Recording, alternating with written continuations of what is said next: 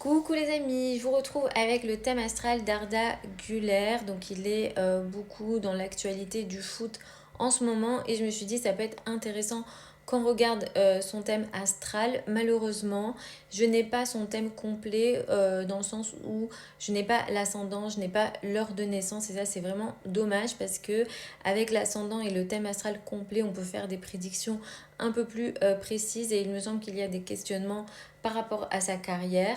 Donc c'est entre guillemets une des étoiles montantes du football turc et je crois qu'il est au Real si je dis pas de bêtises, si je fais des erreurs pardonnez-moi, juste je ne m'y connais pas assez en foot.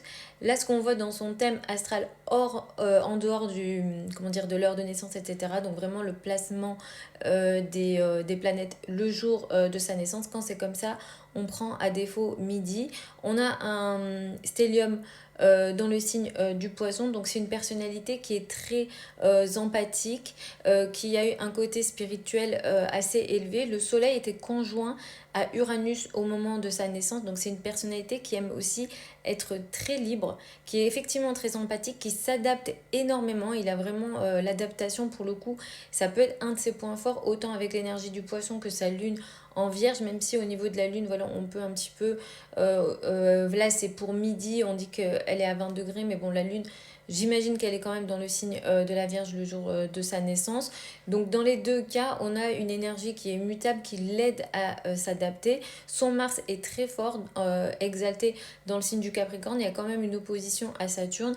Vraiment, je ne connais pas, enfin je ne sais pas exactement comment il joue, bien sûr je l'ai déjà vu, mais là ce qu'on voit au niveau astrologique, c'est que par moment, il peut se sentir bloqué dans l'action qu'il veut faire, même si son action, elle se veut plutôt intéressante et positive, puisque c'est un Mars qui est dit, qui est exalté en astrologie, c'est un Mars qui est très fort, c'est quelqu'un qui est très très endurant, et en général, quand il a un combat à mener, en général, hein, ça peut être sur le terrain ou autre, il va le positionner et le mettre en place dans la durée, donc c'est quelqu'un qui est très très déterminé dans les combats qu'il mène.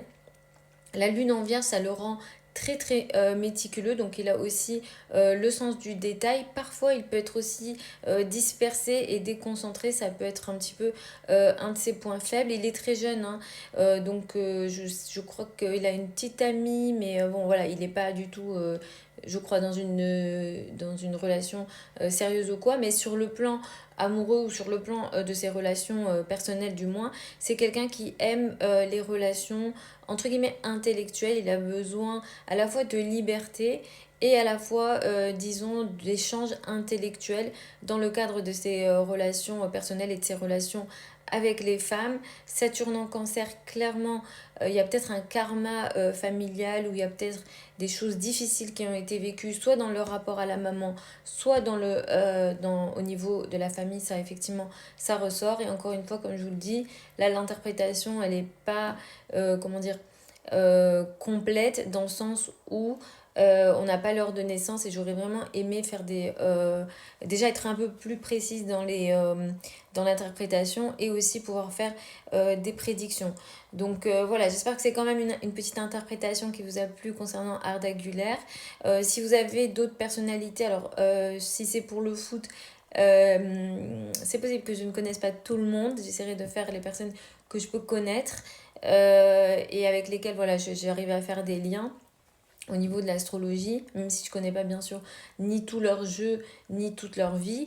Mais effectivement, voilà, vous pouvez quand même continuer à me donner les personnes que vous souhaitez que j'analyse dans ce genre de vidéo.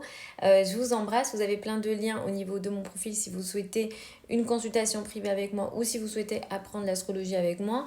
Pour celles et ceux qui veulent apprendre l'astrologie avec moi, la prochaine session de formation pour les débutants, donc pour lire un thème astral, ça commence en septembre 2025. Pour les consultations, en ce moment, il y a une semaine de délai, donc entre le moment où vous m'écrivez et le moment où je vous donne un créneau. Je vous embrasse encore et je vous retrouve lors d'une prochaine vidéo.